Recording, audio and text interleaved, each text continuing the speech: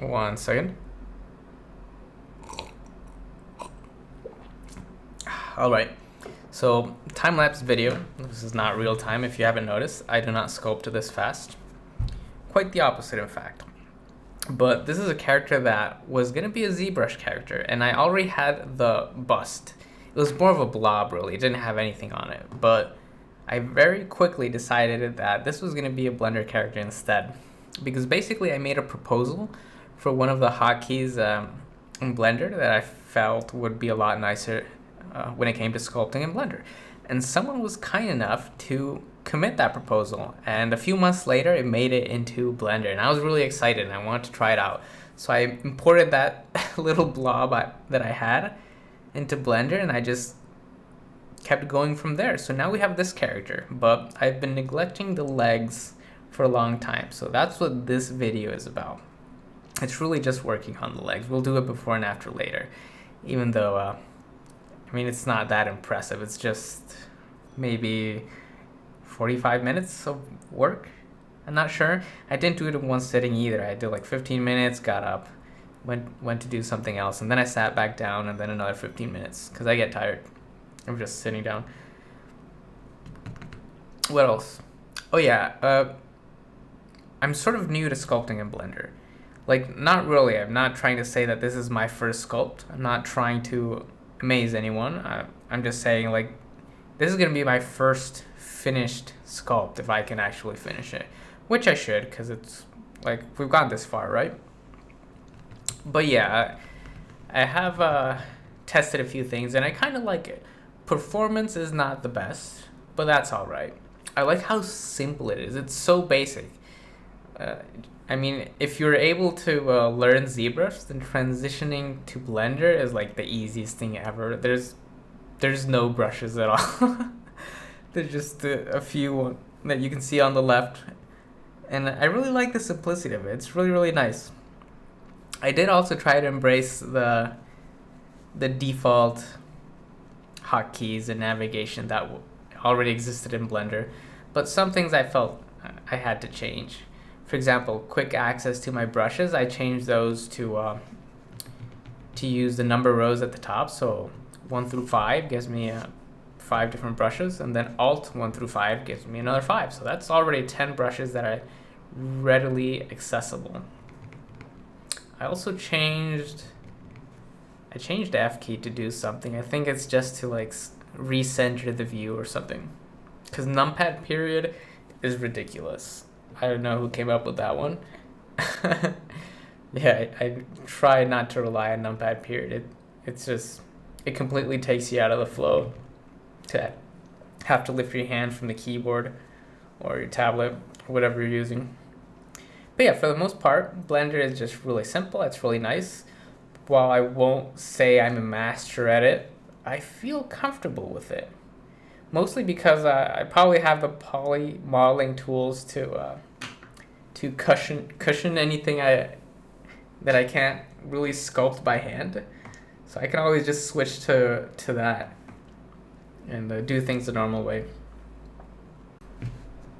So my plan with the legs at this point is to not just fill in all of the empty spaces with panel lines, but to add plates. So that's going to be the primary element.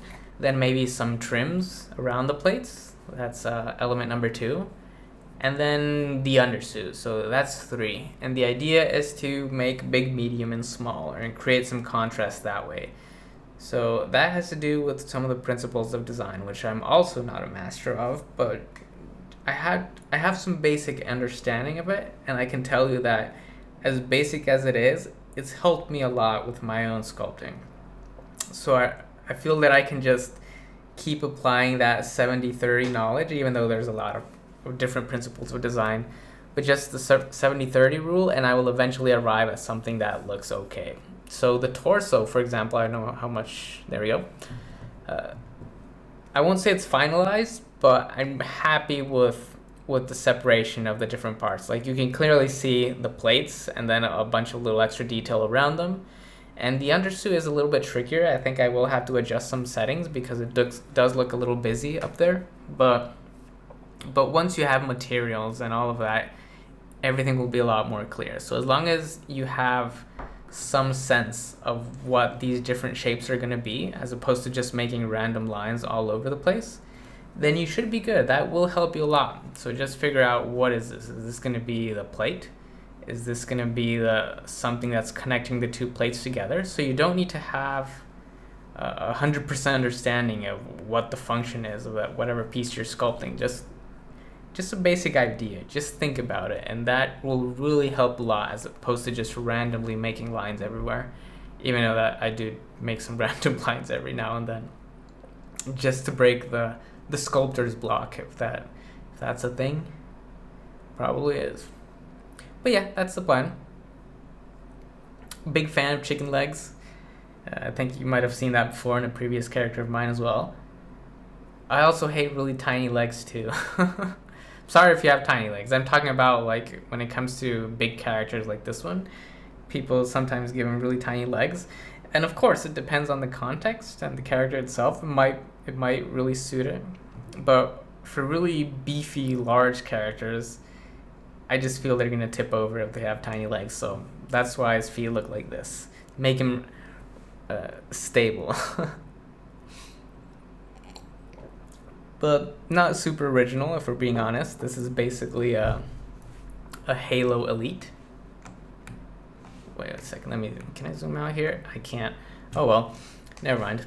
I'm recording this over the video, so I'm watching it while narrating. Anyhow, this is basically an Elite.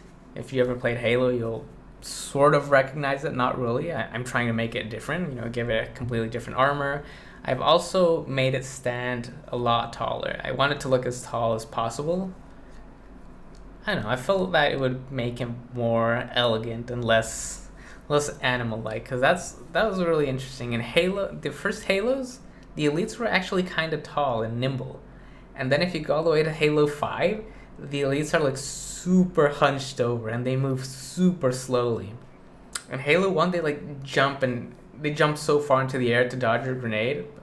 But in Halo 5, at least the cinematics, they're just like slow. Anyway, so this is sort of going back to the elegance of the first Elites, even though, again, I'm trying to give it my own spin on it. Yeah, we are going to remove some detail here. Oh no, not yet. Oh, another thing that I should notice, I think you've noticed this as well. The resolution is really, really low. And even when I struggle adding some detail, you'll notice that I do not increase it. So that is a conscious decision. And by keeping the resolution low, what it does, it prevents me from getting stuck with the little details and little shapes. And it forces me to focus on the bigger shapes instead. So the torso, which is slightly more finalized, that has slightly higher resolution. But the legs, since I'm still figuring out a lot of the shapes, I'm keeping it as low as possible. You don't want to keep it too low because then you can't do anything. But it's relatively low, I think you can see. So even when I struggle a little bit, I will not remesh it because I don't want to I don't want to get trapped. That's as fine a detail right there as I can make, pretty much. But that's good. It keeps us focused on the important shapes right now, because you want to work your way down. You don't want to start with the little details, because then you'll struggle when it comes to making larger adjustments. So focus on the big stuff first, and then the smaller stuff.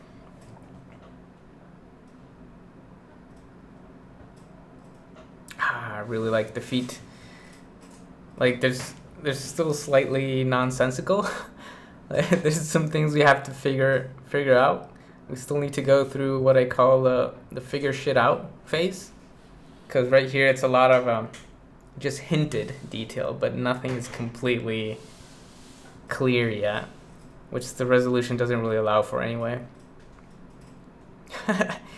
This is struggling with the resolution that we have there, but that is totally fine. Conscious decision. The feet. I love them. I wasn't gonna give this character feet or even legs at first. He was gonna have no legs. It was just gonna be like a torso zoomed in. And I tried giving it legs really early on, but it just looked terrible. Again, because I wanted to make it really tall, but I didn't know how to do that with this sort of legs. And if I'm being completely honest, they still need some adjustments, anatomy-wise. But for now, I just sort of put a pin on that, and I'm focusing more on the armor around them. But yeah, now I really like the legs. They're one of my favorite parts of the character now, so I'm really glad I just stuck to it. Plus, full characters look a lot more cool.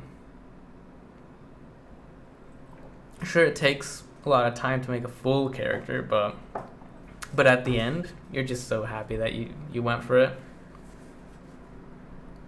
Here's another little trim piece that I was talking about. So, as long as you have some sense of what the shape is meant to be, this is the plate, is this a trim, then you'll be good to go. Yeah, you shouldn't rely entirely on happy accidents, because sometimes they can be kind to you, and other times you will just be stuck and have no idea what to do.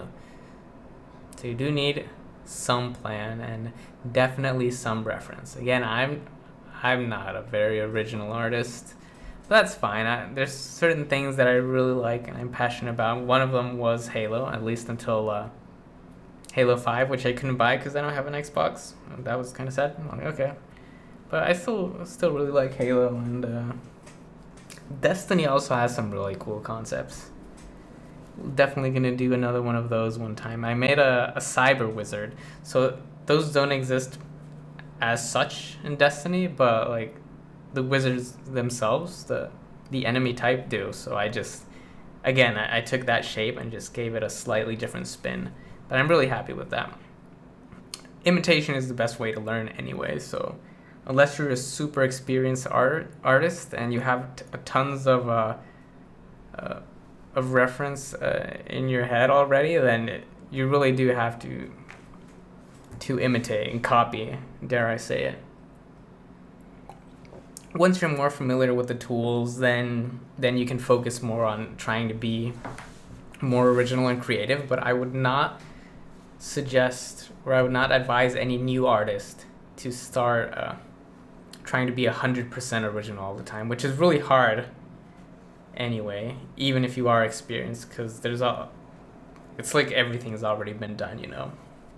So I'm just trying to embrace the fact that I'm not super original and just do what I like, which is sculpting. But yeah, I found that taking something that already exists and giving it your own little spin sometimes helps a lot. So that's the overall plan. This is not going to be, what do you call it? We're not going to finish the legs right here. Just trying to figure out some details on top of it, whatever we can at this level of detail. Maybe in the next video, that's when I will actually turn up the resolution a tiny bit. Oh, I remember this part. I shouldn't have done this probably, but I decided, or I wondered, what would it look like if it had a tail? Oh god. I just made this little turd poking out, and I have some anatomy books, but they do not really have tails in those, so I was really, really lost here. Like, I know they're an extension of the spine, but at first it looked okay because it was very plain, but the second I tried adding anything to it, it did not look good in my opinion.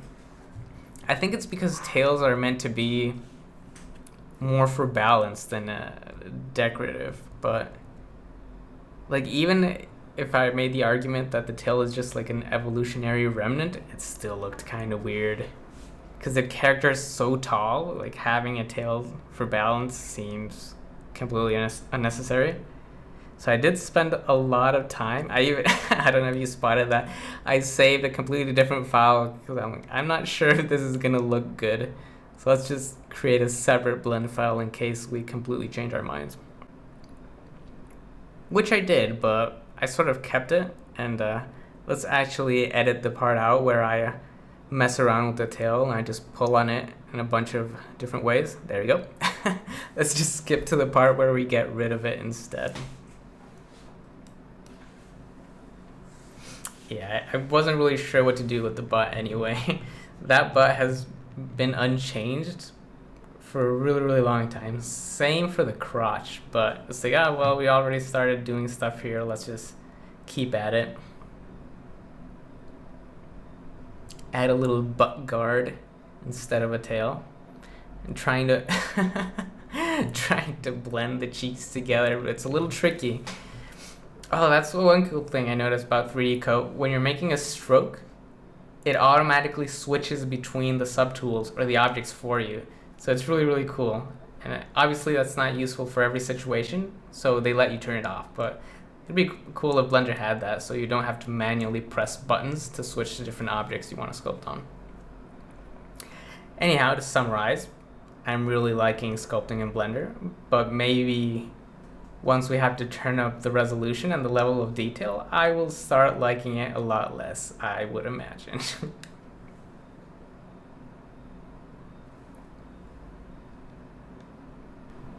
Alright, so we did a little progress. This is what we had at the start, and then this is what we ended up with. So something's there, at least in the form of a sketch. Did we do anything at the front? Let me check. You know what? Let me just move this over here. How do I move this? Object mode. Is it selected?